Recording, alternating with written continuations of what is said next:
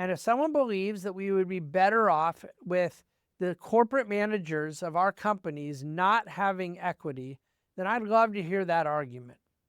In fact, if I were to make a critique, it would sound almost verbatim to Michael Douglas's Gordon Gekko famous speech in Wall Street from 1987.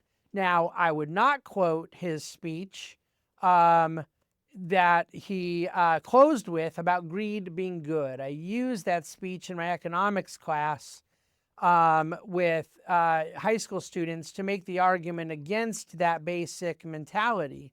I'm not condoning what Gordon Gekko said about greed is good, but I do believe he was right to point out that Teldar Paper stockholders had a right to have the corporate managers have more skin in the game than they did. And that was a very common argument in the 1980s.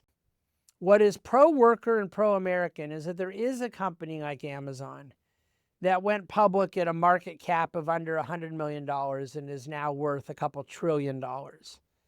That has created the consumer advantages and benefits it's created over the last 30 years in a way that many of us find absolutely unbelievable.